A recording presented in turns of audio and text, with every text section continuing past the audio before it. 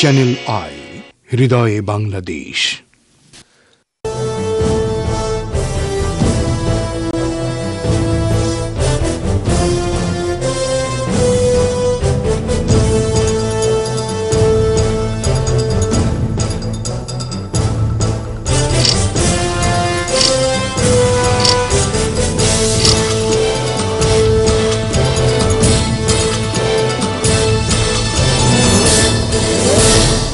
আসসালামু আলাইকুম, সবাইকে শুভেচ্ছা জানিয়ে শুরু করছি ব্রিটেন ও ইউরোপের বিবিধ খবরাখবর নিয়ে আমাদের নিয়মিত আয়োজন আমাদের খবর।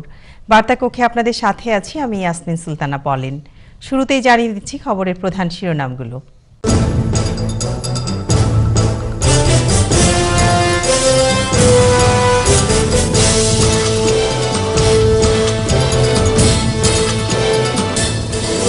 ক্ষমতায় গেলে বাংলাদেশের রাজনীতিতে একটি নতুন ধারার সৃষ্টি করবে বিএনপি। সিলেটের উন্নয়নে মহাজোট সরকার বদ্ধপরিকর জানালেন যুক্তরাজ্য সফররত মাহমুদুস সামাদ এমপি। টাওয়ার হ্যামলেটস কাউন্সিলের উদ্যোগে দ্বিতীয়বারের মতো মেয়র কাপ 2012 উদ্বোধন।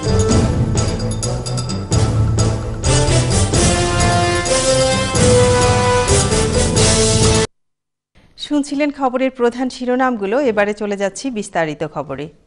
বাংলাদেশে ক্ষমতাসীন মহাজোট সরকারের নৈরাজ্য ও চরম অত্যাচারে দেশ ভয়াবহ আকারে মানবাধিকার লঙ্ঘিত হচ্ছে বলে মন্তব্য করেছেন বিএনপির স্থায়ী কমিটির সদস্য ও সাবেক আইনমন্ত্রী barrister Moudud Ahmed.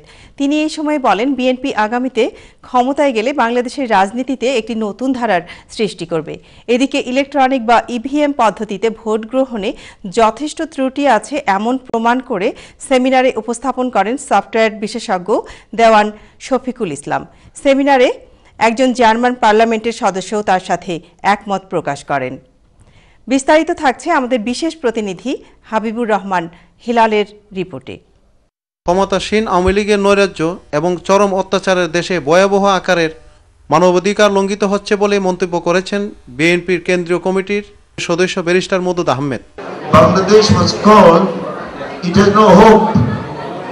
This country is at that time in 1971, the American Secretary of State Kissinger has said that এই দেশের কোনো ভবিষ্যৎ নেই। বাংলাদেশ জাতীয়তাবাদী দল জার্মান শাখার আয়োজনে 31 মার্চ জার্মানির অফেনবার্গ শহরে এক সেমিনারে প্রধান অতিথির বক্তব্যে তিনি একথা বলেন। অন্যদিকে ইলেকট্রনিক্স বা ইভিএম পদ্ধতিতে ভোট গ্রহণে যথেষ্ট ত্রুটি আছে এমন প্রমাণ করে দেখান সেমিনারে সফটওয়্যার বিশেষজ্ঞ দেওয়ান শফিকুল ইসলাম। ইভিএম পদ্ধতির নামে ভোট গ্রহণের মাধ্যমে ক্ষমতাশীল সরকার দেশের জনগণের সাথে প্রতারণা করছেন বলে তিনি উল্লেখ করেন। এটাকে পরিবর্তন করা যায়। ভোট কেন্দ্রে যাওয়া কি করে? আপনার কোনো সফটওয়্যার দরকার নেই, কোনো ইঞ্জিনিয়ারের দরকার হয় না, কারোর দরকার হবে না। ভোট কেন্দ্রে যে থাকবেন, যে ইনচার্জ থাকবেন, সে ইচ্ছা করলে আপনার ভোটের রেজাল্টটাকে সম্পূর্ণ মোড় পালন করে দিতে পারেন। বক্তব্যে তিনি বলেন, এ থেকে অনুমান করা যায় ইভিএম পদ্ধতিতে ভোট নিরাপদ নয় এবং সেই সাথে এটা অত্যন্ত ব্যয়বহুলও বটে, যার কারণে জার্মানির মতো একটি উন্নত প্রযুক্তির দেশে ও অন্যান্য দেশে এই পদ্ধতিতে ভোট গ্রহণ করা হয় না। সেমিনারে একজন জার্মান পার্লামেন্টের সদস্যও তার সাথে একমত প্রকাশ করেন। এরপর বাংলাদেশ থেকে আগত বিএনপির স্থায়ী কমিটির সদস্য ব্যারিস্টার মওদুদ আহমেদ বর্তমানে বাংলাদেশে মানবাধিকারের উপর একটি তথ্যচিত্র প্রদর্শন করেন। সেই তথ্যচিত্রের বিষয়বস্তু ছিল কিভাবে আওয়ামী বাকশাল কায়েমের মাধ্যমে জনগণের অধিকার কেড়ে নিচ্ছে। পরে আলোচনা সভায় অংশ নেন যুক্তরাষ্ট্র, যুক্তরাজ্য ও ইউরোপের বিএনপি নেতৃবৃন্দ। এছাড়াও সভায় বিশেষ অতিথি হিসাবে ছিলেন হাসনা মওদুদ, ব্যারিস্টার খায়রুল কবির খোকন ও মাহবুবউদ্দিন খোকন এমপি। আমরা আশা করি যদি দেশের মানুষ যদি আমাদেরকে ভোট দেয় এবং আমরা যদি সরকার গঠন করি বেগম খালেদা জিয়ার নেতৃত্বে, আমরা বাংলাদেশের রাজনীতিতে নতুন উন্নত মানের সংস্কৃতি আনব। বর্তমান সরকারের যে তাদের যে মন মানসিকতা এবং তারা বিরোধী দলকে নিশ্চিহ্ন করে দেওয়ার জন্য চক্রান্ত, মানে তারা ওই যে বাকশালী কায়দায় দেশ পরিচালনা করছে। আবার তারা আমাদের তত্ত্বাবধায়ক সরকারের অধীনে নির্বাচনের বিষয়টা এটা শুধু এখন বিএনপির একক দাবি নয়, এটা এখন এটা বাংলাদেশের মাস পিপলের জনগণের দাবি। অবশেষে সাংস্কৃতিক অনুষ্ঠানে অংশ নেন জনপ্রিয় সঙ্গীত শিল্পী লুৎফুর, সেজুতি ও Enamul. Habibur Rahman Helal, channel I, Offenburg, Germany.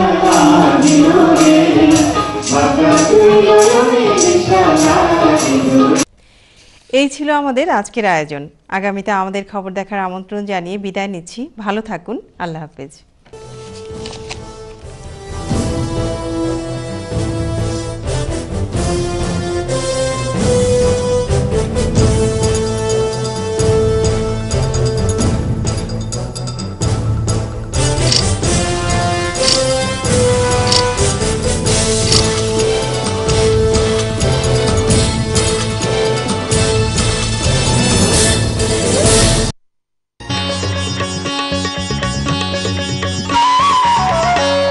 আপনারা দেখছেন চ্যানেল আই।